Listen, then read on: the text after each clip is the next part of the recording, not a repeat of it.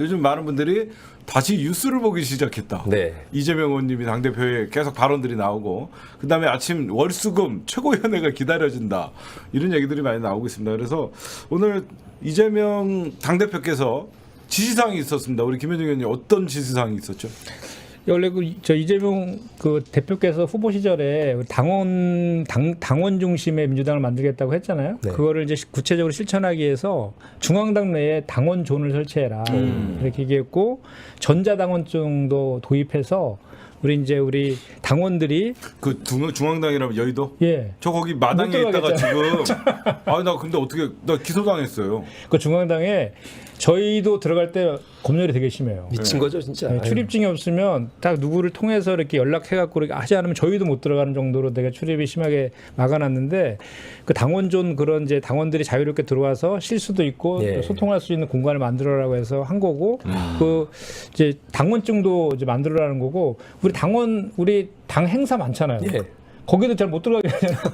그것도 이제 전자당원증을 도입을 하면 그 무선적으로 행사에 우선 신청할 수 있게 해라, 요즘은 이렇게. 패스 앱이나 그 밖에 각종 인증서 하는 카카오톡에도 있고 네이버에도 있습니다. 그런 거 가지고 전자당원증을 만들면 지금 국가공인 시도지사가 인정하고 있는 운전면허증도 이제 전자증명서로 나오는데 당원증 이게 디지털을 아는 당대표가 있기에 당연히 벌써 됐어야 되는 건데 지금이라도 추진된다는 게 너무 반가운 일입니다. 최고네요 진짜. 그리고 이제 하나 덧붙이면 당직자 연락처를 다 공개하라 이렇게 해놨어요. 일 똑바로 열심히 하라고. 일 뭐 바로바로 처리가 안 되면 네. 우리가 의원님들한테 전화를 해야 되니까. 그런 것도 있고 이제 궁금한 게 있는데 물어볼 데가 어딘지를 모르니까. 맞아요. 진짜 홈페이지에다가 다 공개하라 이렇게. 경기도지사 시절에 본인 스스로 먼저 명찰 달고 대민 봉사하는 공무원들은 자신의 신분 숨기는 게 아니라 맞아요. 불이익을 받을 건 위에서 커버해 줄 테니 민원인들에게 최선을 다하려면 당에도 똑같이 적용해야 되는 거죠. 이 공개 원칙은 너무 당연한 겁니다. 진짜 이게 아무것도 아닌 것 같지만 여러분들 이 두 개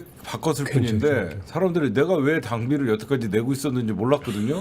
당원이 들어갔더니 경찰한테 연행해달라고 하는 이런 저 진짜 거짓말이 아니라 그 경찰도 웃겨요. 저희가 다 얘기했거든요.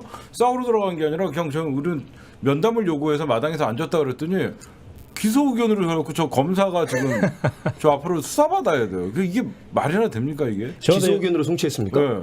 불원 탄원서를 집어넣는데도 그 문제가 생겼다고 하는 거. 공동 태거명 태거명령 불응. 뭐 폭력 행위에 관한 처벌이요 그게. 야 웃기더라고요. 월요일 날 첫 그 최고위 회의에서 두 가지 또 저 당에 대한 저 지시사항도 그거였잖아요. 민생 위기 대책단, 당대표 직선으로. 하나는 민주. 대책단, 하나는 민주주의 위기 대책단 두 가지.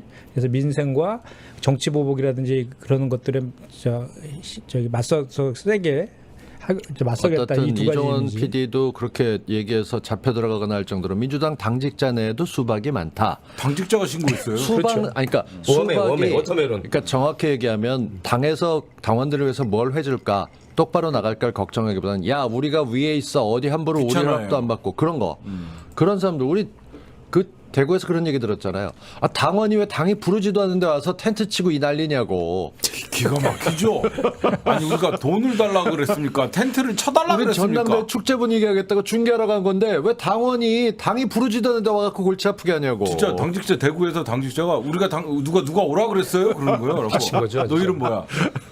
아니 당원들이 전당대회 참여를 했더니 공명선거 관리단이에요 왜 이러고 얘기해갖고 와 누가 오라 그랬니? 그럼 당원이 전당대회 참여를 하지. 하여튼 제정신이 그런 아닌 일도 민주당이었군요. 이제 바뀔 거예요 그게. 네. 이재명의 민주당이 제대로 재궤도를 해서 아까 윤호중 박지원 비대위 있었을 때는 우리가 앓는 주제하고 우리가 아파하는 주제가 안 나왔잖아요.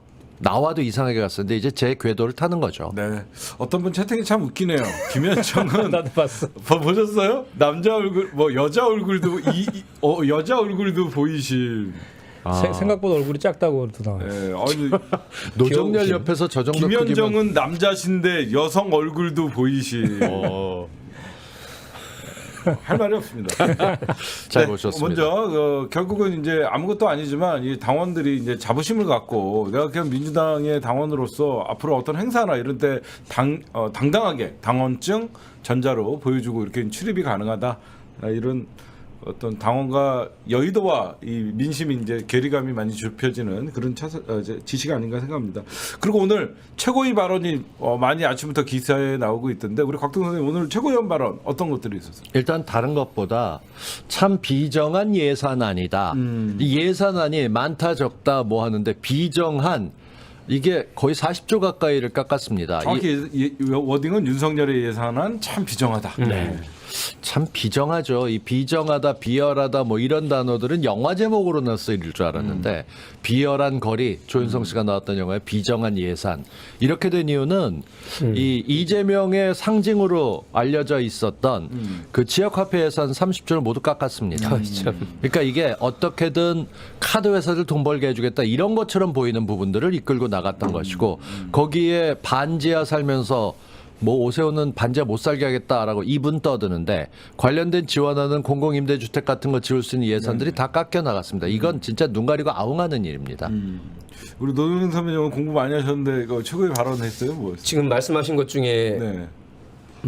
이준석이 한때 세대 포이론으로 프레임을 짜서 대선에 임했었는데 다 그런 건 아니겠지만 남자 청년들하고 어르신들이 꽤 찍었었습니다, 윤석열을. 근데 첫 예산을 어떻게 짜놨냐면 청년 추가 고용 장려금하고 고용유지 지원금 삭감했고요. 공공노인들 일자리도 감축했습니다.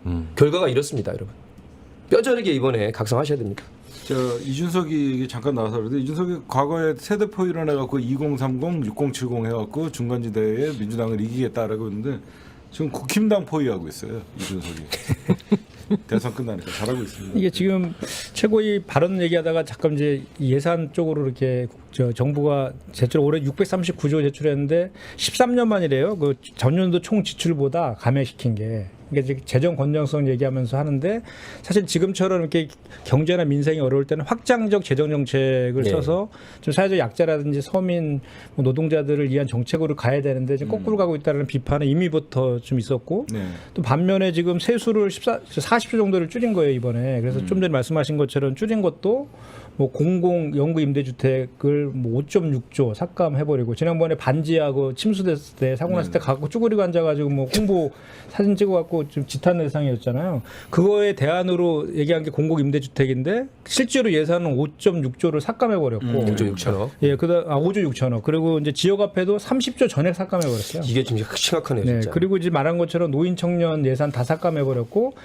얼마 전에 윤석열 대통령이 지금 국가 부채가 1,000조에 달하지만 우리가 취약한 지역에는 취약한 계층이라든지 이런 쪽을 해서 쓸 때는 확실히 쓰겠다 이렇게 얘기했는데 확실히 쓰긴 다 없애버린 거죠. 그런 계층과는 다 없애버리고 거꾸로 이제 법인세는 14조 정도 깎아줬잖아요. 네네. 그런 식으로 부자 감세시키고 이런 것들로 실제로의 정책이나 이런 것들은 부자 재벌들 위주로 하면서 말로만 이제 취약계층 얘기를 하고 있지만 실제로 들어가서 이렇게 살펴보면 내용들은 전부 그쪽 예산들을 삭감하고 있는 게 지금의 상황이라는 거죠. 그래서 이런 걸 보고 오늘 이제 이재명 대표께서 참 비정한 정부다 이렇게 한마디로 딱 요약해서 얘기하시더라고요. 그러니까 고통받는 국민들을 외면하고 관심도 없다 이런 뜻인데 여러분들 지금 서울 사시는 분들이나 지역 화폐를 안 써보신 분들은요 저도 잘 몰랐는데요 저희 와이프가 지역 화폐를 잘 써요 되게 알더라고요. 그래서 어떤 제도냐면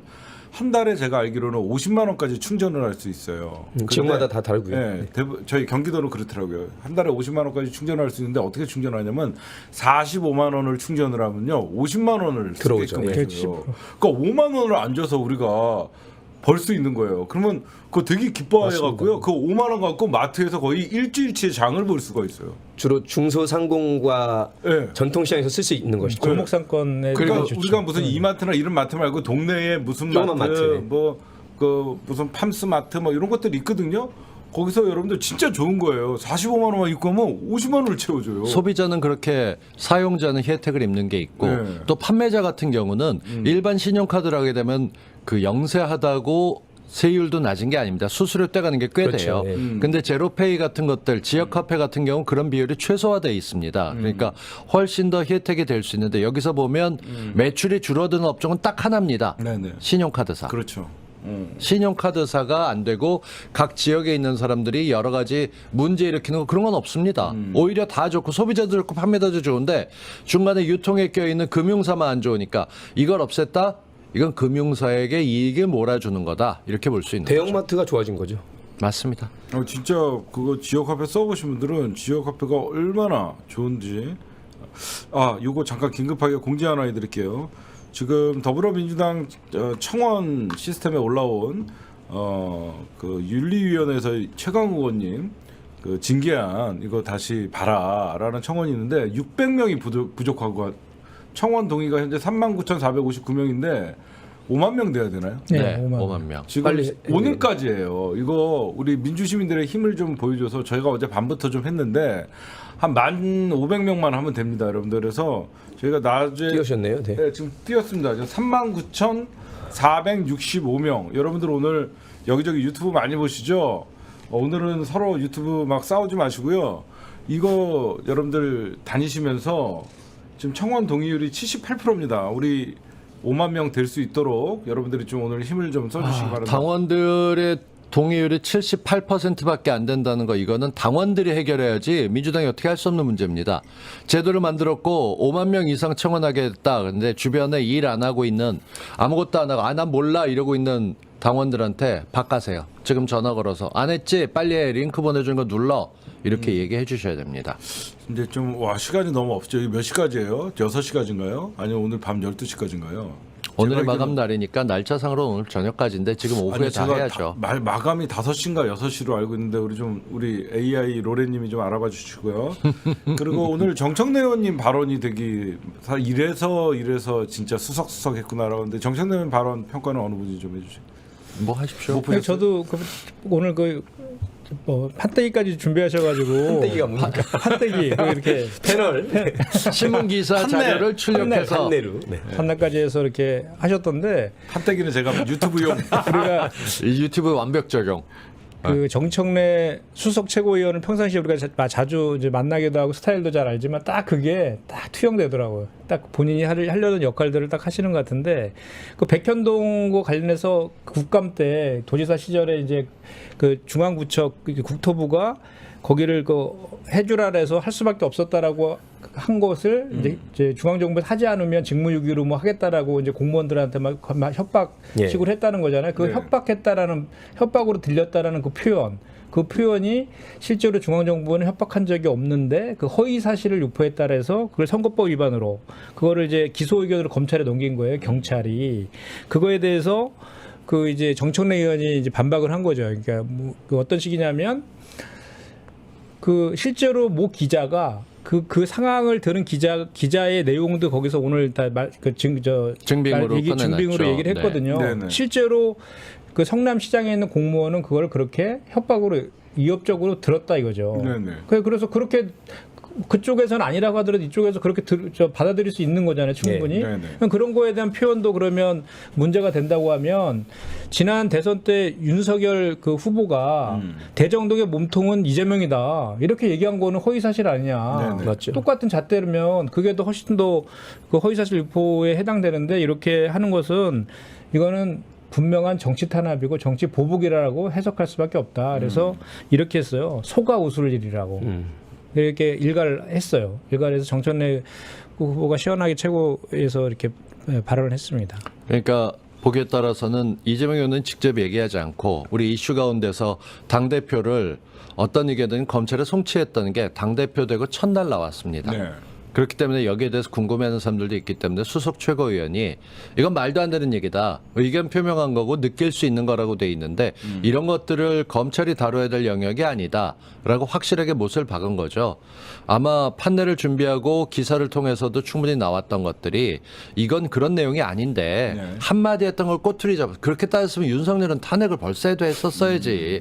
말도 안 되는 거죠. 당선 무효죠. 네. 그런데 검찰이 윤 대통령 쪽은 봐주고 이재명 당대표 쪽은 공격하듯이 이렇게 나가고 경찰이 거기에 맞춰서 넘어가는 거. 그야말로 김건희가 녹취록에서 얘기했던 경찰이 알아서 할 거야 하는 부분이 진행되는 거다. 이런 걸 떠올리게 한다고 제대로 꾸짖어 주었죠. 근데 궁금한 게요. 최고위원 회의는 그 발언 시간이 정해져 있나요? 정해지진 않아요. 근데 되게 대부분 짧게 하더라고요. 근데 오늘 정청래 의원님 발언 우리가 아까 영상 보면 몇 분짜리예요? 좀 오래 하셨죠? 오늘 오래 아니 그래갖고 옛날에는 보면 수석이라서 오래 하는 거예요. 아니면 수석은 5분, 2등은 뭐 4분 30초, 3등은 3분 30초 이런 거 있나 해서. 그런 건 없는데 네. 저희 비대위 때는 비대위원 중에 이제 그 위원장하고 원내대표는 항상 했고 네. 나머지 비대위원들은 나눠서 했거든요. 네네. 근데 이번에는 이제 전부 다 하더라고요. 네네. 원래 전부 다 하는 게 원칙이죠. 근데 네. 그 전에 박지원 비대위 때는 한 명이 막 15분 얘기한 사람도 있었다라고 네네. 비대위에서 당내 관련된 문제들 가지고. 오늘 고민정 의원이 2분 42초, 장경태 의원이 2분 나왔어요? 28초, 서경규 의원이 3분 58초, 정청래 의원이 6분 20초. 이거 봐, 내가 보니까 이래서 최고위원 아니 하는구나. 본인만 25% 얻었으니까. 저도 좀 해봤는데 네. 4분 정도 하면 상당히 길게 느껴요. 맞아요. 그게 그럼요. 맞죠. 네. 대부분 한 2분 30초 2, 3분 네. 정도가 딱 적정해요. 박찬대 의원이 5분 51초. 그러니까 박찬대 의원도 얘기 많이 했지만 다른 어떤 것보다 이렇게 시간을 저희가 얘기하는데 중간에 자료를 들고 분위기 환기시키고 얘기하는 거면 괜찮았습니다. 예, 맞아요. 오늘 서영기 의원님 또 발언이 시원했다라는 뭐 특검 얘기가 나왔어요. 그러니까 국정감사가 아니고서는 사실 보좌관들이 싫어하는 게 출력하는 거 되게 힘듭니다. 그냥 출력해서 A4 들고 나가는 게 아니고 네네. 뒤에 폰보드까지 붙여갖고 딱 보이게끔. 이게 최고위원회가 배경이 노상 똑같아서 사진을 잘 안 찍기도 해요. 근데 새롭게 들고 왜냐하면 쇼핑몰 사진이 나왔거든요. 6,200만 원짜리 뭐 이런 거 들고 나오면 예, 예. 눈길이 확 가죠. 목걸이. 네. 그럼 걱정됐던 고민정 의원님 발언은 어땠어요?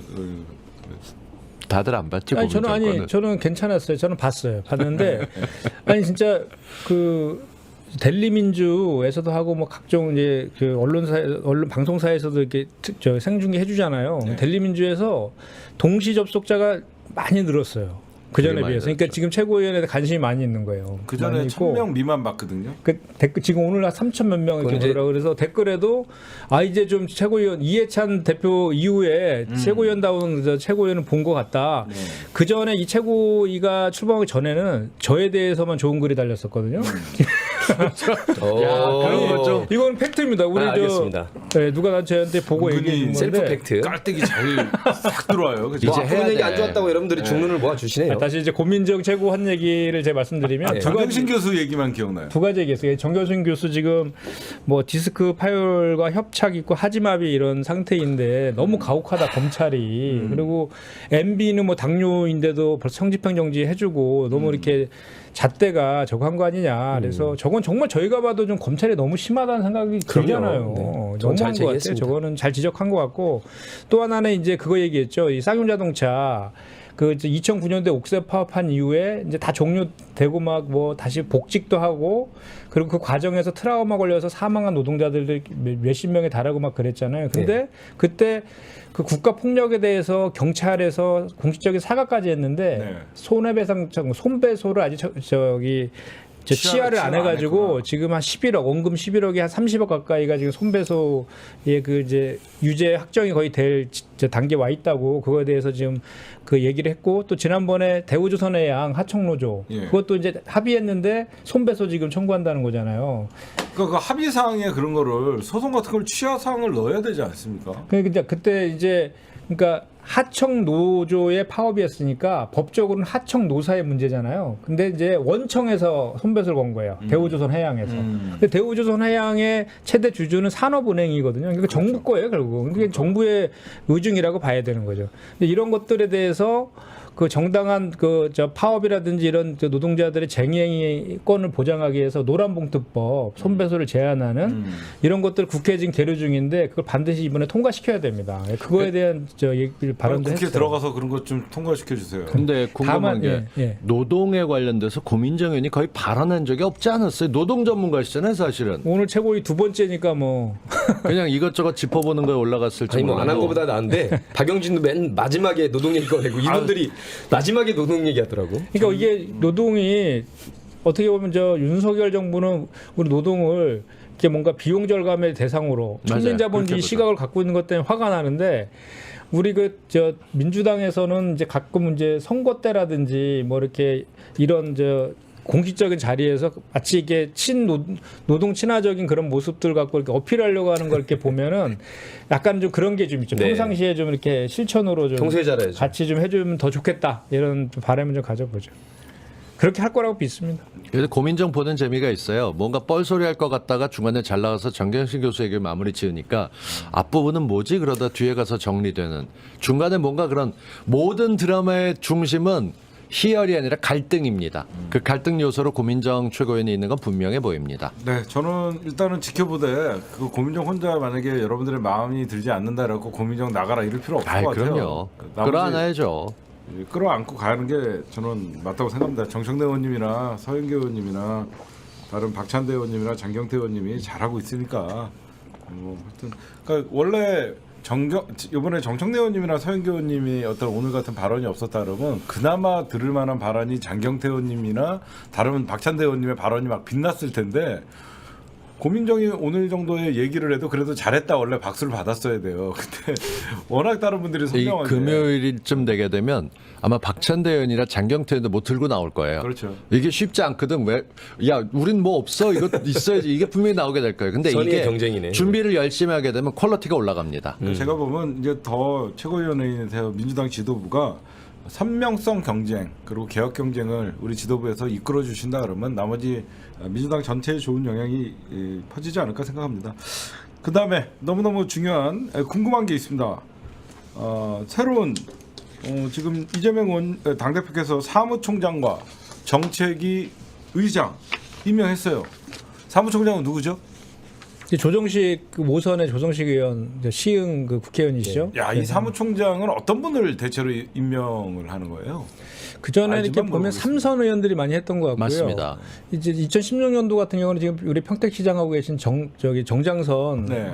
저 시장께서 사무총장 했죠. 네. 그러면서 이제 국회의원 불출마 선언하면서 사무총장 하면서 그때 뭐 저 공천을 전체 진두지휘한 그런 사례도 있고요. 네네. 네. 그다음에 정책위 의장은 김성환 의원이 김성환 의원님. 현재 정책위 의장이셨어요. 네. 그래서 이제 유임됐군요. 유임됐는데 네.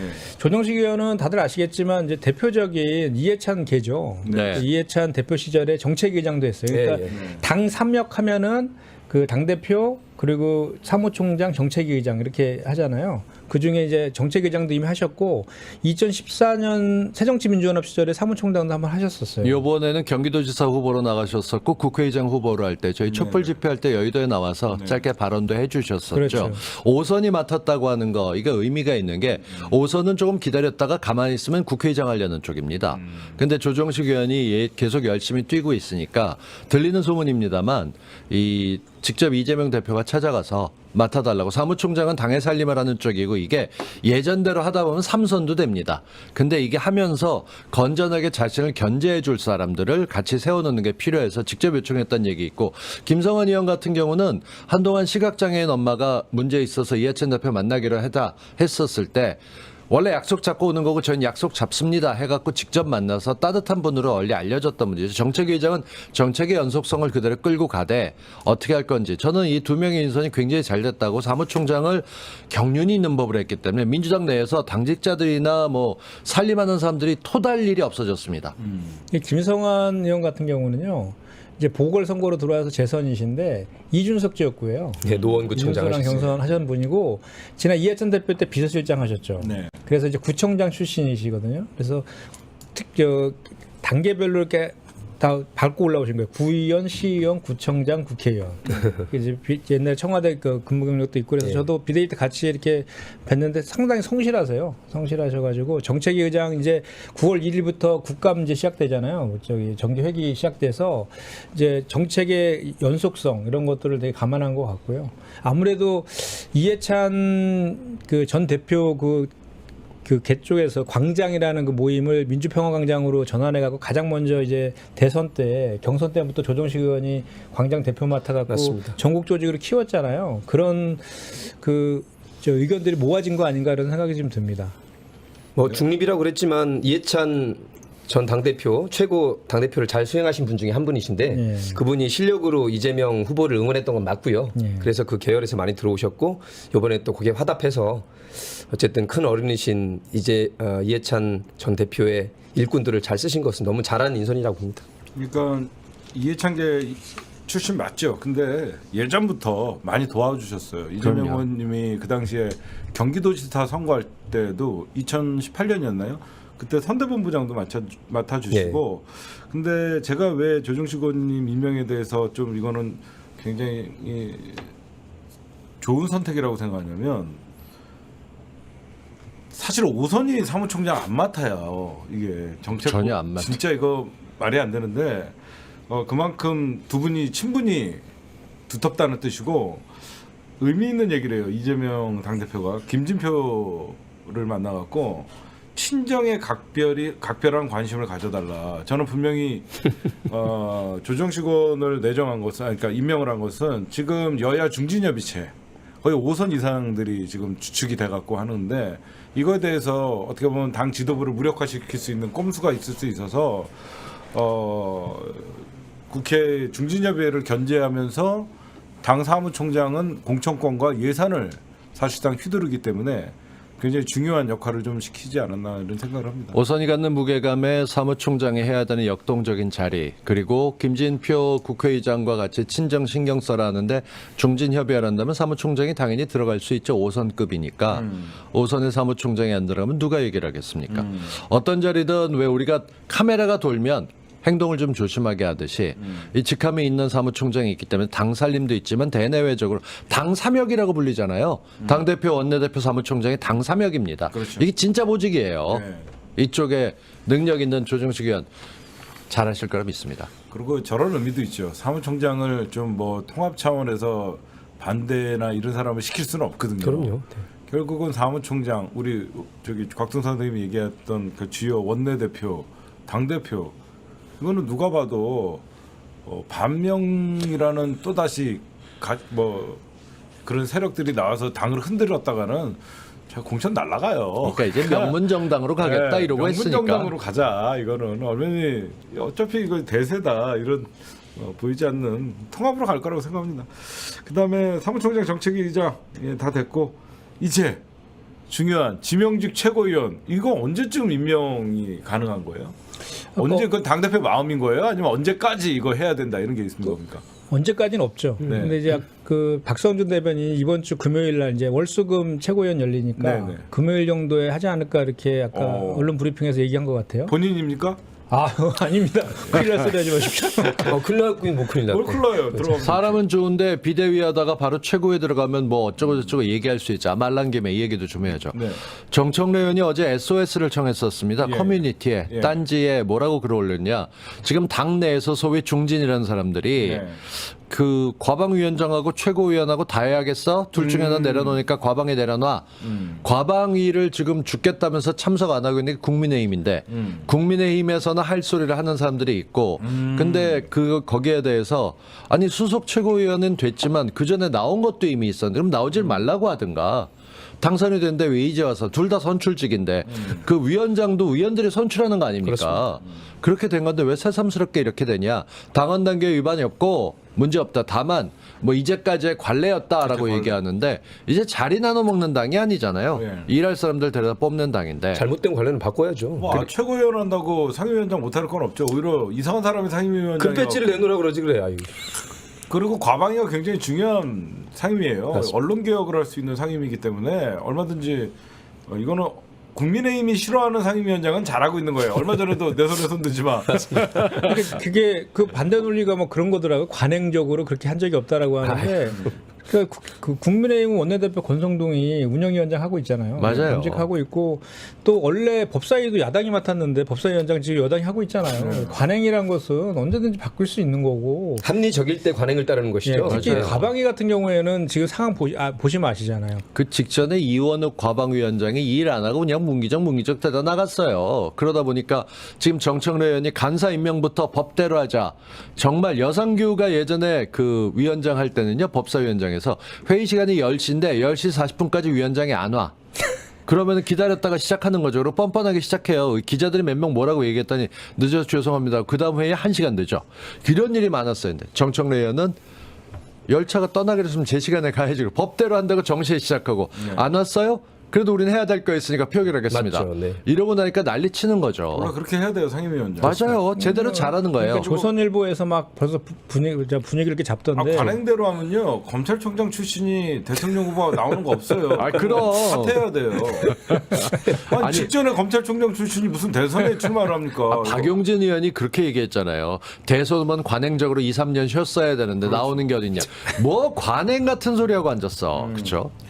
어쨌든 그러면 김명직 최고위원은 이번 주 금요일 날 이재명 당대표께서 임명을 하실 것 같은데 제가 알기로는요, 한 분은 지역 안배, 또 한 분은 노동, 한국노총과 민주당이 협약 관계이기 때문에 노동계에서 김명직 최고위원을 한 명 영입을 해야 된다라고 알고 있는데, 그거는 꼭 지켜야 되는 겁니까? 노동계에서 영입한다는 건, 아니면 그렇게 이번에 갈 것 같습니까? 어떻게 보세요? 그러니까 지난번에 그 전당대회 끝나고 네. 취임 일성으로 이재명 대표께서 네. 지역 안배를 말씀하셨어요. 통합적 관점에서. 그래서 그거는 아마 반영이 될 것 같고, 그 우리 당원 당규에는 아마 그렇게 돼 있어요. 그 여성 청년, 이번에 새로 들어간 게 지역, 여성 청년 지역을 그 안배할 수 있다, 이렇게 의무조항은 아니에요. 이제 공고 조항 정도로 되어 있는데, 이번에 지역은 이제 언급을 하셨고, 여성 청년 노동인데 그 전에 항상 여성 청년 1명, 노동 1명 이렇게 했었거든요. 그 노동은 이제 말씀하신 것처럼 한국노총에서 추천받아서 그동안 해왔던 게 관례였고, 여성 청년은 항상 시키진 않았던 것 같은데, 이번에 최고위원회에서 이미 여성 청년이 다 들어와 있잖아요. 그렇죠. 청년위원장도 들어와 있고 여성도 2분이나 계시니까 그 여성 청년 몫은 이제 좀 지역 안배 쪽으로 좀 할 수 있는 여지가 많이 생긴 것 같고요. 청년도 청년 나름이에요. 박지원 같은 애 큰일 납니다. 그 관례냐 아니냐를 좀 더 지정하자면, 이 노동 쪽으로 같이 일했던 한국노총과의 협력 관계가 있기 때문에 이거는 그 표를 국민들을 생각하고, 지금 노조나 이런 쪽이 당연히 대부분의 것들이 사업주보다는 노동자들이 많습니다. 네, 네. 당연히 존중돼야 될 부분이니까 노동 쪽에서는 이 양반이 딱인데 비대위를 했었었고 그게 문제인 거지. 김현정, 그래서 제가 노동 쪽에서 해갖고 김현정 비대위원장. 근데 정치권에 이미 민주당에 들어왔기 때문에 그게 해당 사항이 아닌가요? 아니, 저는 민주노총이라서요, 출신이라서 네. 그 일단 한국노총이 한국노총하고 정치협약이 맺어져 여기도 있는 선명합니다. 거라서. 저는 더 선명해요. 더원협 회장이기도 해서 아마 그러면 아니, 저는 뭐- 그러면 예상을 한번 해보면, 일단은 여성 청년 최고위원은 좀 배제되고 지역은 하고- 한 명. 그다음에 송갑석 의원이 내내 노동과 지역에서 그렇게 될 확률이 높죠. 그러면 일단은 우리 지역 안배, 일단 호남일 우리가 생각 안 할 수 없죠. 그 그래서 여러 송갑석 화면판에 의원이- 오르는 네. 분들이 있는데 네. 우리 곽태웅 선생님은 어떤 분들? 그 송갑석 의원이 내내 얘기했던 게 그거였었죠. 호남이 열심히 밀어줬는데 최고위원 하나 못 넣는다. 네네. 꼭 그럴 필요는 없습니다. 따져보면 민주당 내 호남계 되게 많아요. 그분들 중에 누구든 올라올 수 있는 거고, 다만 이런 게 있죠. 호남의 이익만을 대변해달라고 뽑는 분들이 아닙니다. 호남 분들이. 그럼요. 정치적으로 꼭 필요하고 의무적인 의미 있는 일을 해야 될 것이고, 지금 얘기 나오고 있는 사람 중에서는 꼭 원내에서만 해야 되냐. 최고위원회가 이 비대위도 그렇지만 그 비대위는 당연직으로 이 더원협 회장님이신 이런 분들이 들어갔던 것처럼 이젠 원외 인사도 하나 집어넣을 수 있지 않겠냐. 이런 생각도 네. 해볼 때가 됐죠. 그렇죠. 그래갖고 저는 개인적으로는 양부남 전 검사장, 서울고검장님을 얘기를 했었는데 그분 하마평에 오르고 있나요? 어떤 분들이 하마평에 오르고 있습니까? 지금 언론에서는 저기 양구남 말씀하신 양구남 전 고검장 예. 그분이 지금 우리 당에 그 정치보복 그 대책위 위원장이 비대위원장이 위원장이었고 부위원장 하셨어요. 그리고 지난 대선 때 법률지원단장도 하셨잖아요. 그렇죠. 그러니까 윤석열의 1년 선배잖아요. 1년 선배라서 그래서, 예. 이재명 의원님이 이재명 당대표가 되게 좋아해요. 예, 맞아요. 이분. 예. 그리고 따끔하게 지적 잘하더라고요. 예. 이 검찰 제국에 대해서. 이제 예. 그분도 있고 이제 이용빈 의원, 뭐 주철현 의원, 그다음에 뭐 서삼석 의원도 있는 것 같고 민영배 의원 무소속도 뭐 거론이 되던데. 근데 민영배 의원님은 만약에 민주당 최고위원이라면 일단 복당이 이루어져야 되는데 이거 왜 그러니까요. 복당 안 시킵니까? 아직 복당 신청서 안 냈습니다, 아, 본인이. 그래요? 왜냐하면 시끄럽고 지금 최고위원 선거가 진행 중인데 내가 지금 복당 집어넣어서 일부러 화두를 더 할 수 없다. 이 속이 깊어요, 민영배 의원이. 사실 그 책임을 지고 당에 부담 안 나가서 주려고? 아마도 추석 지나고 난 다음쯤 집어넣지 않을까. 전 그렇게 추석 전에 생각합니다. 또- 명절 전에 그렇죠. 밥상에 올라가는 일이 있으면 우리 당원들끼리도 또 박용진 의원이 그걸 얼마나 물고 늘어졌어요. 속이 새까맣게 타들어갔을 거예요. 박용진 제명안은 안 올라왔나요 아직? 아직 안 올라왔습니다. 이거 청원으로 올려야 되겠네. 올리자. 2년 내내 민주당에 당원권 해당 행위만 했던 박용진은 더 이상 민주당의 정치인이 아닙니다. 그럼 본인 그냥- 목소리는 올리고 네, 본인에 맞는 정치 JM이 피묻히면 안 되고. 당으로 가십시오. 감질나게 그냥 뭐 당원권 정지 2개월이라도 시켜줘야지. 궁금한 게 하나 있는데 지금 노동계에서 오신 의원들도 있거든요. 원내에. 네. 예를 들면 이수진 비례의원이나 그다음에 김포의 김영주 의원. 예. 그분들이 이쪽에 들어오는 것보다는 김주영 의원. 의원. 예. 역시 원내에서 두 분 정도 들어오는 것이 그 두 분은 이미 했어요. 노동 최고위원을. 했네요. 이수진 의원은 이미 했었어요. 그러니까 이 김주영 의원도 했어요. 그러면 일단은 원내에서 창군호촌 출신들이. 호남 출신은 양부남 그리고 또 어떤 분들이 좀 이름이 올라. 영남 쪽에서도 좀 보고 호남만 있는 것 아니라고 같아요. 영남에서는 영남도 보고 있는 것 같고 이제 영남은 두 가지를 저걸 만족시킬 수도 있잖아요. 그러니까 노동 출신이면서 뭐 지역일 수도 영남이라든지 이렇게 될 수도 있는 거예요. 영남 출신 노동계 인사 이렇게 될 수도 임미 있으니까. 의원님이 노동 출신 아닙니까? 그분? 노동은 아니죠. 예. 시민사회 쪽이죠. 시민사회 농촌운동 뭐 이런 쪽. 그렇죠. 네. 하여튼 금요일이면 21대 이제 더불어민주당이 이제 완벽한 그 지도부가 전략계획위원장이랑 이제 민주연구원장도 남아 있죠. 민주연구원장은 어떤 분이 지금 얘기해요? 지금 현재 홍익표 의원님이 지금 민주연구원. 노웅래 의원이죠. 아 노웅래. 노웅래 네. 의원인데 그 민주연구원장은 임기가 보장돼 있어요. 2년이. 예. 그래서 그거를 이제 본인이 사퇴하지 않으시면 그 임기 때까지는 어쩔 수 없는 그런 상황인 거죠. 아 근데 보장되면 임명 못 하겠네. 그 이제 지난번에 약간 그런 얘기가 좀 있긴 있었는데 뭐 어떻게 흘러갈지 모르겠어요. 매연확장 차원에서는 제가 볼 때는 민주연구원장은 마음에 안 들어도 납두는 게 나을 것 같아요. 원래 이제 사실은 당 대표가 바뀌면 제일 중요시하는 게 사무총장하고 민주연구원장이거든요. 네. 그 민주연구원장 큰 정책 그림, 수립하니까. 그 대권이나 이런 걸 큰 전략이나 이런 거 그리고 예산을 가장 많이 쓰거든요. 거기가. 그렇죠. 사무총장은 아시겠지만 당의 조직과 인력 그리고 총선 전체를 총괄하는 자리니까 대단히 중요한 자리거든요. 두 자리가. 얼마나 남았습니까? 임기가? 대략? 글쎄요. 저기 1년 이상 남지 송영길 않았어요? 대표 때 송영길 내가 대표 볼 때는 때 1년 이상 남았어요. 되셨으니까 그래요? 송영길 대표 때 그럼 한참 남았는데요? 1년 이상 남았어요. 1년 가까이 남았는데. 1년 가까이 나. 작년 6월인가 7월에 예, 작년 여름쯤. 한 1년 이상 남았겠네요. 그다음에 전략기획본부장 전략기획본부장. 어떤 분들이 지금 얘기가 나오고 있어요. 지금 전략기획본부장 아직 지금 하마평은 잘 없는 것 같아요. 지금 아직까지는. 지금 민주당 최고위가 잘하고 있는 것 중에 하나가 잡음이 안 나옵니다. 그리고 하마평이 있긴 했지만 오늘 같은 경우 조정식 의원도 기자들이 직접 뭐 추천받거나 언제 발표되십니까? 네네. 이재명 의원이 추천했다는데 답을 안 하고 갔습니다. 그러니까 불필요하게 이게 하다 보면 이재명 개다 뭐다 이렇게 선을 그으려고 하니까 잡음을 특히나 인사 쪽에서는 원칙이 확실합니다. 능력이 있어야 되고 목적이 맞아야 되고 능력도 있고 실력도 있는데 지역 안배라든가 목표가 뚜렷하게 되면 그분을 임명하면 되십니다. 이재명 의원으로서는 나하고 친하지 않아도 능력만 있다면 임명하겠다라고 했던 것이기 때문에 그리고 임기 있는 사람들 쫓아내는 거는 국힘당이나 하는 짓입니다. 그러니까 그런 거는 노웅래 의원 스스로도 어떨지 민주연구원이 잘못되는 게 있거나 분석 같은 것들을 하게 되면 당내에서 뭔가 각을 세울 수도 있겠죠. 그렇지만 그걸 절대로 무리할 사람은 아니고 시스템으로 얘기할 뿐이기 때문에 지금 하마평에 오르는 사람들은 지금까지 그냥 얘기만 나올 뿐이지 지금 뭐 전략 관련돼서 김민석 의원도 얘기가 나오고 있고 뭐 윤호중 얘기도 가끔씩 나옵니다. 어떻든 실력 있는 사람들 중에서 뭔가 할 거.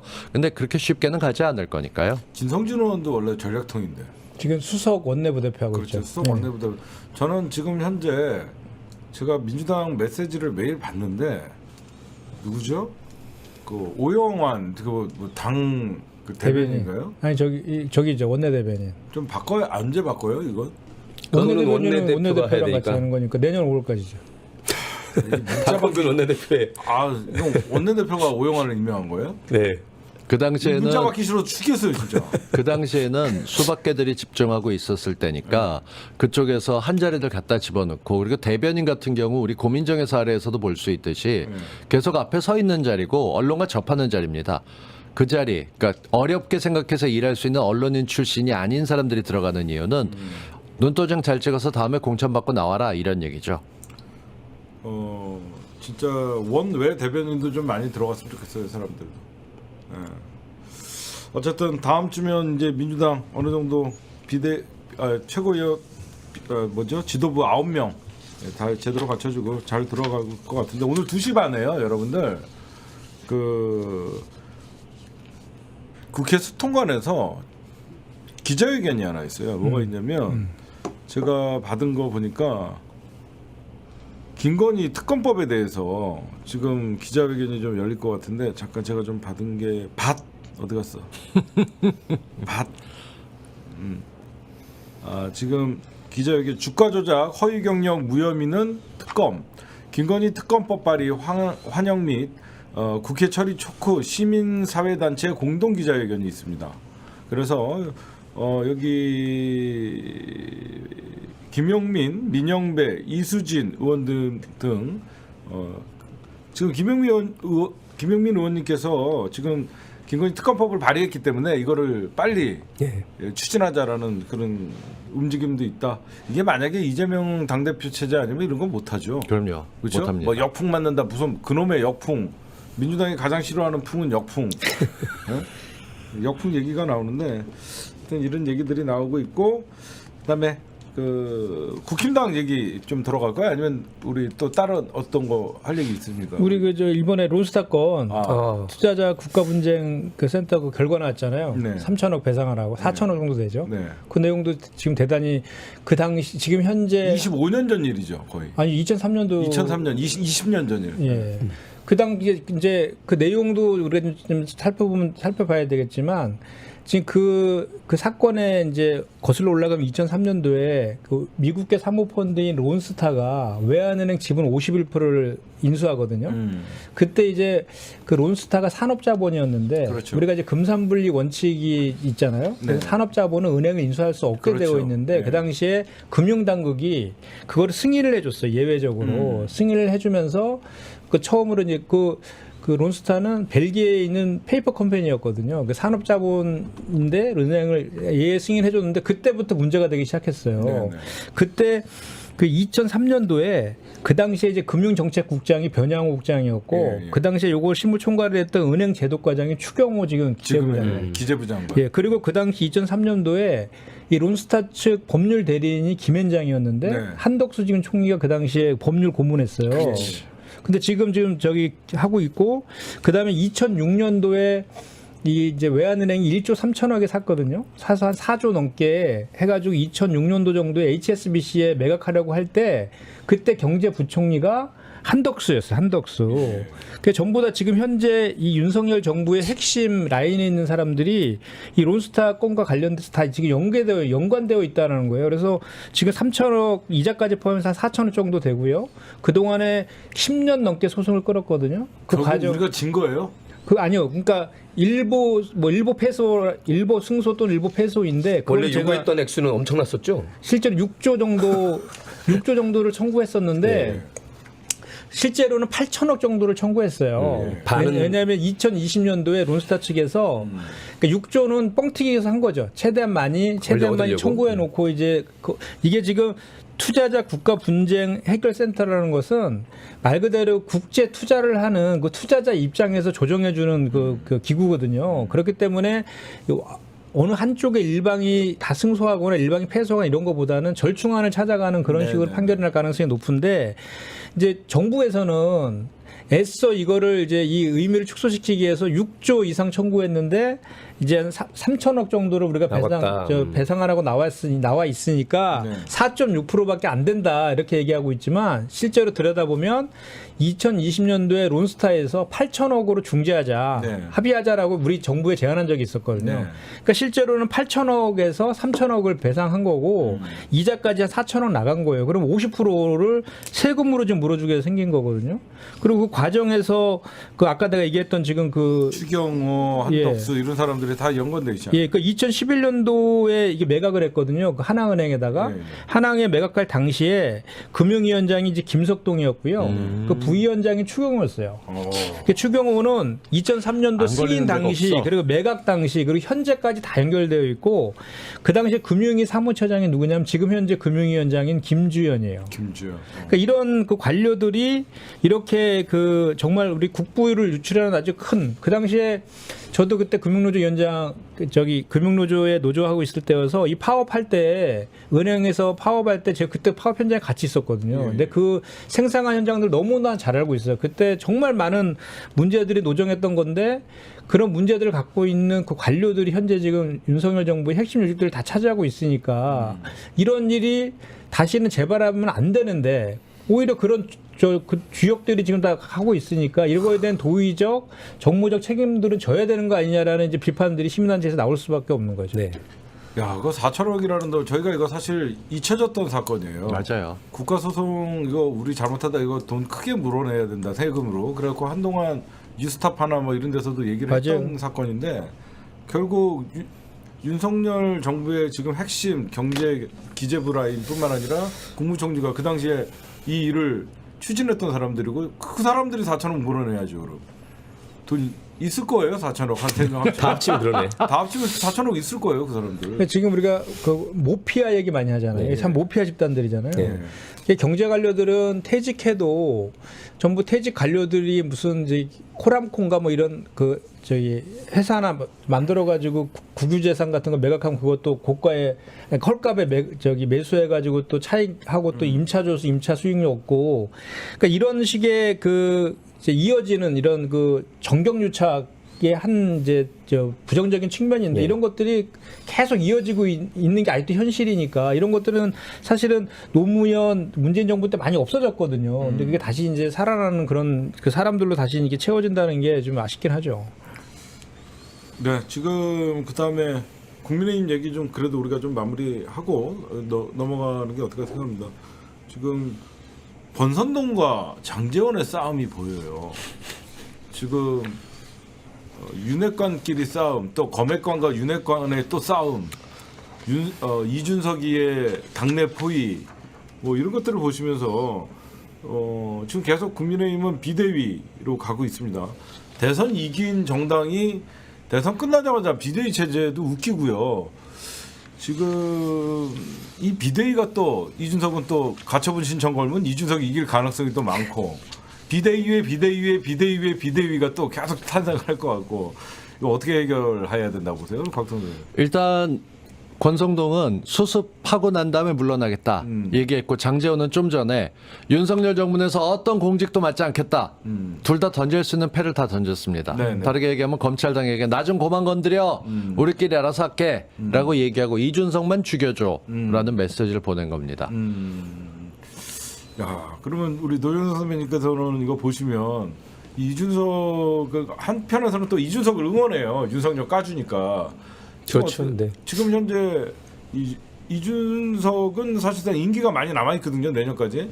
근데 이준석은 계속 그 국민의힘 안에서도 이준석 나가라 이럴 거면 너 왜 당 안에서 해당 행위를 하냐. 그리고 이런 상황은 어떻게 보세요?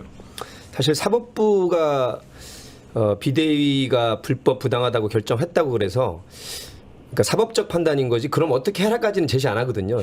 이게 형성적 효력은 정당이 하는 것이고 행정부가 하는 것이기 때문에. 그래서 지금 이 무도한 자들, 권선동 파들이 대안은 없으니 내가 또 대안으로 생각해보니 그래도 내가 또 마무리 짓고 가겠다는 궤변을 늘어놓으면서 이제 여기까지 왔는데 좀 전에 서병수 의원이 사퇴했다고 나왔던데요, 그죠? 네, 실제로 전국에 열지 않고 이거 비대위 다시 끄는 건 문제 있다라고 네. 막았었던 서병수. 오선의 전에도 꼭 주경태 결정적일 서병수. 때 물러서던데 이번에 똑같이 그런 일이 벌어지고 있습니다. 4선의 윤상용 그리고 3선의 안철수, 하태경 등등이 지금 이 권성동 체제를 비판하고 있는데 조경태도 열심히 씻고 있죠. 우리 국민들은 뭐 이거는 그렇게 복잡하게 보실 필요 없이 사법부는 정확한 판단을 했다. 네. 자기들끼리 계속 가처분의 소송을 걸고 있다. 그리고 이준석이 잘하는 것처럼 보이나 이준석은 자기 입으로 국민들을 속여서 개고기를 양고기로 판 원죄인 작자다. 아무튼 지켜보시고요. 우리 지금- 민주당이 잘하는 게 중요하지 지금 얘네들의 우리가 신경 쓸 필요가 지금 뭐 28일 날 권성동 원대가 윤석열 대통령 만났다는 거잖아요. 거기에서 이제 저 새 비대위원장 임명한 다음에 사퇴하겠다고 이렇게 네. 얘기했다는 게 이제 보도로 나오고 있는데 결국은 뭐 윤석열이 있는 거죠. 뒤에 윤석열이 있는 거고 권성동의 임무는 그 사퇴하고 싶어도 그동안 못 사퇴하는 이유가 새로운 비대위원장을 윤석열 대통령의 입맛에 맞는 사람을 임명하는 것까지를 해야 되는 게 자기의 이제 책무로 주어져서 그러고 있는 것 같아요. 딱 뭐. 여기에 한 가지 작은 숫자로 지금 예컨대 검찰당이 5, 그 다음에 그 저쪽에 윤핵관이 4 정도로 싸우고 있다면 거기서 한 10%가 되려고 잘하는 세력이 있습니다. 네. 그 이름도 부르고 싶지 않은 나경원인데요. 나경원이 어저께 페이스북에다 재밌는 글을 썼어요. 우린 아직도 정권 교체를 하지 못했다. 이 무슨 개소리야 이랬더니 대통령만 바뀌었을 뿐이지 임명직 수장들도 안 바뀌었고 민주당도 국회도 민주당이 여전히 점령하고 있고 뭐 이런 소리 해가면서 자기가 계속 당대표 가능성이 있다라는 중요한 얘기를 하면서 그 초청장도 없이 그 안정권도 들어갔던 대통령 취임식도 못 간 분이 안간힘을 쓰고 있습니다. 이게 자유한국당으로 돌아가고 싶은 세력들이에요. 이 윤핵관하고 검찰당하고 싸우다 서로 치열하게 죽으면 우리가 당을 접수해야지 하는 세력들도 눈을 뜨고 있어서 이쪽 지켜보는 것도 정말 한심하죠. 지금 뭐 인사 쇄신한다 그러면서 사실상 검찰 출신들의 대통령 비서실은 무풍이라고 얘기를 하고 나머지 윤핵관들이 추천했던 인사들은 전부 칼바람을 맞는다 이런 네. 기사들을 보면요. 현재 이런 일이 있어요. 주호영 비대위 체제가 법원에 제동이 걸린 이후에 권선동이 독박 책임을 지게끔 되잖아요. 그게 자기가 비대위를 밀어붙였으니까.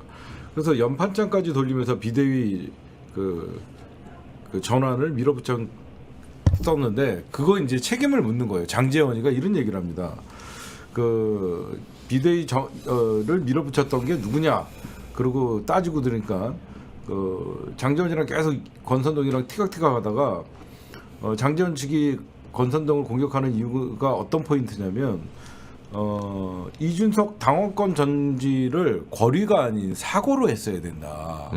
라고 하면서 그거는 권선동이가 권위로 했기 때문에 그걸 사고로 이제 날려버리든가 했어야 되는데 권위로 하면서 공백 기간을 줬기 때문에 법원에서 이런 판단이 나왔다 그러면서 계속 영원한 형제라고 하던 권선동과 장제원이가 이렇게 싸우고 있습니다. 지금. 그러니까 직무대행이냐 권한대행이냐의 그렇죠. 차이였는데 직무대행으로 갔기 때문에 이게 굉장히 복잡해진 거죠. 근데 뭐 얘들 싸우는 건 법적으로 핑계거리를 찾으라는 것뿐이지 누가 봐도 권력 싸움입니다. 책임 떠넘기기 싸움. 근데 아까 잠깐 말씀드렸지만 결국은 내년 총선, 그러니까 2024년 총선을 앞두고요. 이 윤석열의 지지율이 얼만큼 나오냐에 따라서 저는 지금의 윤핵관이라고 불리는 사람들도 윤석열에게 등을 돌릴 가능성이 많습니다. 뺏지를 못하니까 윤석열 얼굴 하나 팔지 못하는 선거를 치러야 되는 국민의힘 입장에서는 굳이 대통령과 가까워질 필요가 없거든요. 그래서 저는 이번 당 원내대표가 그리고 당대표가 중요한 게 내년 총선을 지휘하기 때문에 검찰 권력과 정치 권력이 부딪힐 때에 어느 편을 들어줄 것이냐 그거에 굉장히 초점이 맞춰져 있는 거라고 저는 보고 있습니다. 네, 여러분들 벌써 55분 지나고 있는데 아이고. 우리 김현정 평택을 지역위원장 유튜브가 무려 13,000명을 돌파했습니다. 아, 굉장히 느린 속도네요. 5만 명까지 예, 가려면 5만 명까지 보호해야 되는데 우리 평택을 김현정 위원장 여러분들 유튜브에다가 평택 김현정 TV 이렇게 치시면요. 현재 구독자 13,100명. 네. 이런 얘기하긴 뭐하지만 우리 쪽에 안 나오셨으면 더 빠르게 늘지 않았었어요. 그럴 수도 있죠. 요즘은 솔직히 그런 생각도 합니다. 아이 무슨 말씀입니까? 제가 볼 때는요. 그 김현정 비대위원장 구독자가 안 빠지는 게 다행이에요. 그렇죠. 개인비용으로 생각하면 그렇습니다. 이성적으로 필요한 정보들 이렇게 얻고 있는 맞는 분들이 있다라고 생각을 들고 앞으로 그러면 정치 계획은 어떤 게 있으세요, 우리 위원장님? 누군가가 예. 콜을 해야지 뭔가를 맡을 거 아닙니까? 아니 뭐 저는 일단 평택을 지역위원장을 맡고 있으니까 네. 계속 바깥이 열심히 저 바닥에서 해야 되는 거고요. 그 자체도 사실 일정이 엄청나게 많습니다. 지역 그 활동하는 것도 그 기본적으로 열심히 하고 또 뭐 더원협 회장 역할도 지금 계속 해야 되거든요. 저희가 지난번 전당대회 때도 우리 지구당 부활 관련해서 뭐 피켓팅도 하고 그랬었는데 그 관련해서 이제 새 지도부하고 간담회도 열고 또 국회 토론회 같은 것도 열어가지고 그 더원협 원외 지역에서 평상시에 당이 관리를 잘 해줘야지 대선에서 이깁니다. 네. 그래서 그거는 우리 원외 지역위원장들의 그 요구사항이나 투정이 아니라 우리 당이 다음 총선, 대선, 지선에서 이기기 위한 발판을 평상시에 만들어 가는 차원이 대단히 필요한 거거든요. 그래서 그 내용들에 대해서는 뭐 당대표나 최고위원들이 다 동의하고 있는 내용이기 때문에 이번에 공약으로도 다 나와서 예. 지구당 제대로 부활하겠다. 네. 그리고 부활만 하는 게 아니라 법적 근거 없이 당원 무슨 사무실, 개인 사무실 이런 게 아니라 지역위원장 맞게끔 지역구 사무실 부활시키면서 예산도 지원하겠다 얘기했어요. 그러니까 그 부분에 대해서 앞으로 어떻게 하는 게 좋을지 실무는 여기서 담당하게 되겠죠. 쉽지 않은 일이에요, 이쪽도. 그래도 이번에 그 이재명 당대표께서 당선되신 다음에 저희 우리 원외 방이 있어요. 그 방에다가 그 몇 줄 남기셨어요. 고맙다 그렇게 하고 네.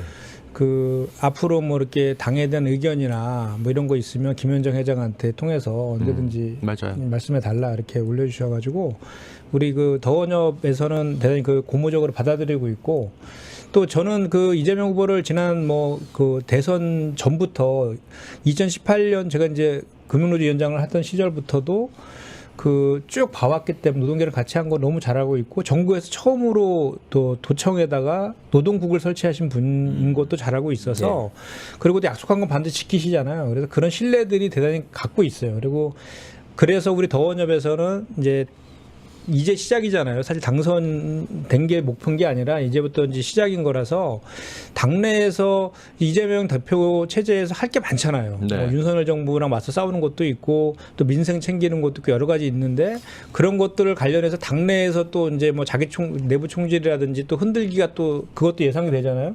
그런 거 있을 때 우리 그 100여 명에 달하는 우리 원외 지역위원장들이 굳건하게 우리 이재명 대표 체제를 지켜주자 이런 뭐 그 결의 같은 것도 하고 있죠 지금. 굉장히 중요한 역할을 하시고 네. 계세요 지금. 제가 정말 기억나는 게 우리가 2020년 총선 때 김현정 위원장님 막 그 따라갈 몇 표 차로 졌죠. 너무 바뀌. 1.5% 이틀이었죠. 여러분들 제가 그때 기억나 갑자기 새벽에 딴 데가 다 역전하고 따라 붙었었어요. 한 2,000표인가요 그게? 1,900표.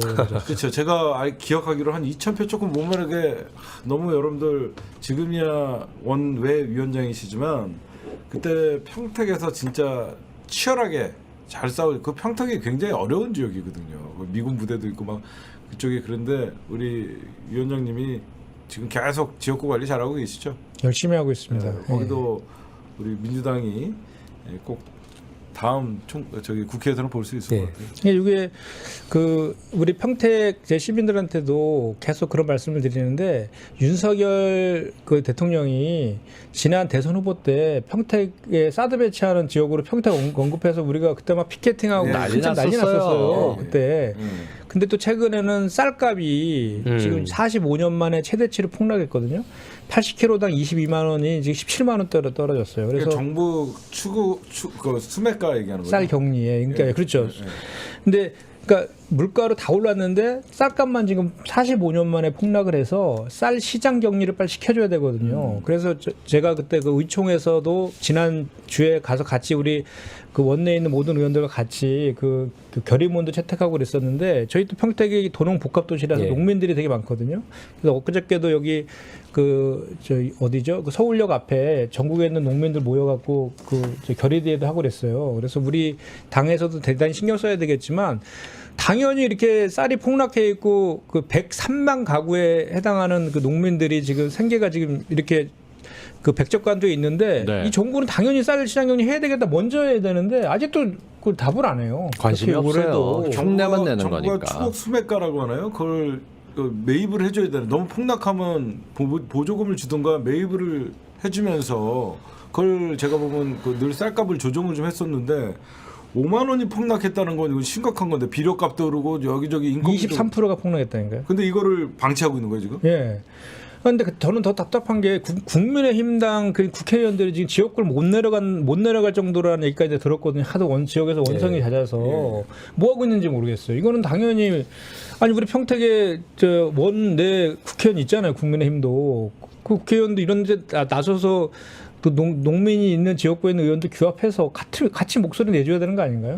그래서 좀 그런 차원에서라도 제가 우리 평택 시민들한테 저를 꼭 다음에 원내로 좀 넣어주시라. 그럼요, 필요합니다. 제가 일당 배가하겠다 말씀. 영남에 계신 농민들 정신 차리셔야겠습니다. 아니, 나는 걱정이 되는 게 농사를 지으면 사실상 빚을 지는 거거든요. 누가 농사를 지겠냐고. 그러면 이게 주권 식량 전쟁에서 우리가 완전 이거 밀리거든요. 근데 이게 우리 이제 가장 근본적인 이유가 거기에 있어요. 우리가 이제 그 FTA인가요? 그 맺어서 그 의무적으로 수입하는 그 품목에 이제 쌀이 있는 거예요. 예. 그 쌀을 수입을 많이 하는데 일본 같은 경우는 수입한 쌀들을 다 따로 뭐 최악의 버린대요. 근데 우리는 아직 그렇게 공업용으로 쓰고 있는데도 여전히 많이 남아 있는 거죠. 이제 그런 문제들까지 연관돼서 이게 지금 농민들한테 이제 피해가 가고 있는데 선진국들은 전부 다 그 쌀을 안보 주권이라고 안보 그렇죠. 주권에 안보죠. 상당히 중요하게 생각하고 있는데 우리나라는 지금 그거에 대해서 그런 이제 철학 자체가 아직 못 따라가고 있는 게 가장 큰 문제죠. 네, 우리 곽동 선생님 좀 뭐 전 질문 좀 하겠습니다. 네. 날짜 빨리 전해달래요. 저한테 와갖고 언제 우리 쳐들어가냐고 무슨 요일이냐고. 그거는 밤방송에서 말씀드려요. 그러니까 오늘 밤방송에서 저한테 그만 물어보세요. 저 몰라요.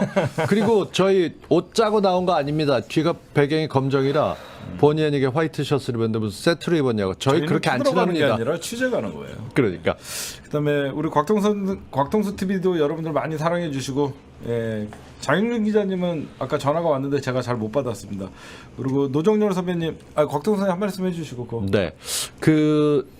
이재명의 민주당 최고위원회 보면서 좋다라고 얘기하고 있지만 시민들이 해야 될 것들이 있습니다. 특히 청원해서 5만 명이 넘으면 민주당이 답을 주겠다라고 얘기를 했습니다. 최강욱 의원 건 같은 경우는 얘기하고 싶은데 핑계가 없어서 얘기 못하는 경우도 있을 겁니다. 오늘 로레님이 써주신 거 보면 자정까지로 예상이 됩니다. 날짜 기준이기 때문에 열심히 잠시 후에 벌어질 새날에서도 가서 많이 써주시고 뒤에 이어지는 다른 여러 가지 프로들 있죠. 계속들 해주시기 바랍니다. 그리고 김현정 위원장님은 제가 볼 때는 저기 뭐죠?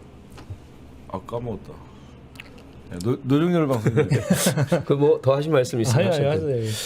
네, 저는 이준석이 기자회견하고 최근의 행보를 보면서 지금 기고만장할 텐데 그럴 때가 아니라고 봅니다. 왜냐하면 여러분들도 이준석은 EJ식으로 공학적으로 응원하더라도 그 사람이 가진 정치 철학 비전이 아주 일천하고요. 말장난으로 큰 사람이고 실력도 있지 않습니다. 국민 갈라치기 했고요. 세대 포이론으로 개고기를 양고기로 팔아서 이 천추의 역사를 돌린 박근혜 키즈기 때문에 절대로 혹시라도 기대를 거시면 안 되고요. 우리 민주시민들은. 그리고 지금 성상납권이라는 엄청난 파도가 시간만 기다릴 뿐이라는 생각을 반드시 해주시길 바라겠습니다. 잠시 후 4시에 10시야에서 제가 분석해드리겠습니다.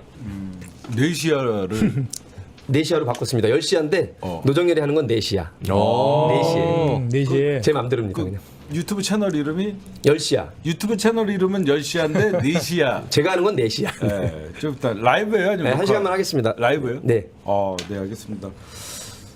오늘 이 정도, 오늘 8월의 마지막 주인데 벌써 이제 가을 춥습니다. 밤에 이불 덮고 자야 되는 맞아요. 계절이 왔습니다. 저희는 정치 클리핑은 더 좋은 정보로, 그리고 더 좋은 정치 분석으로 여러분들에게 계속 저 가도록 광고 하겠습니다. 하나 하겠습니다. 맞다. 촛불장터 광고해 좀. 네, 촛불장터 해보세요. 지금 한번 추석 들어보게. 앞두고. 자, 여러분들 요즘 코로나도 있지만 다니기 힘듭니다. 촛불장터에서 쇼핑하시게 되면 일단 회원가입하면 기본 2,000원 드리고요. 이 꼼꼼하게 잘 선전된 좋은 물건들은 많은데 비싼 물건들은 없습니다. 그래도 몇 개 꼭 필요한 선물들. 간식도 좋고요. 이 가을 되면 우리가 좀 살줬어야 되지 않습니까? 여러 가지 좋은 고기나 해산물들 산지 직송으로 나왔던 공동구매 포함해서 여러 가지 것들 많이 보셨으면 좋겠습니다. 추석 선물 세트 기획전 해갖고 좋아하시는 육아, 이 구운 육아도 있고요. 그밖에 떡, 송편 이거 사러 마치게 되면 이상한 거 들어있는 거 많은데 맛있는 떡들 많습니다. 그리고 이 떡 제가 먹어보고 과일하고 이런 것들이 있는데요. 선물로 어디 보낼 때 들고 가는 것도 무리야. 힘들어요. 이거 차 뒤에 싣고 움직이는 것도 그렇고 추석 선물 세트전들 많이 이용해 주시면 좋겠고 건강 챙기신다면 이 그래놀라 이런 것들 드시는 거 좋습니다. 이 요즘 건강 위해서 나온 것들도 많은데 한번 쭉 들러보십시오. 네이버 다음 구글에서 촛불장터 치게 되면 좋은 제품들 보실 수 푸짐하네요, 있습니다. 진짜. 광고는 곽동수. 네. 와우. 여러분들 이 이렇게 광고는 우리 촛불 시민들이 입점해서, 그리고 맞습니다. 우리 패널 분들뿐만 아니라 우리 시민들과 함께 참여하는 촛불 장터니까 많이 사랑해 주시고요. 오늘 정치 클리핑 377회 여기서 마치도록 오늘 하겠습니다. 7시에 전혜용 박사님이랑 하시죠? 맞다. 네, 꼭. 6시인가 7시. 오늘 7시 여러분들 전용 박사님의 보셔야 됩니다. 역사학자의 시대 읽기 여러분들 많이 시청해 주시기 바랍니다. 역사학자의 시대 읽기 오늘 재밌는 주제예요. 7시. 네. 어떻게 나보다 더 잘. 꼭 해야죠. 여러분. 좋은 프로그램입니다. 그거. 여러분들 여기 방송 오늘 마치도록 하겠습니다. 세 분 고맙습니다. 고맙습니다.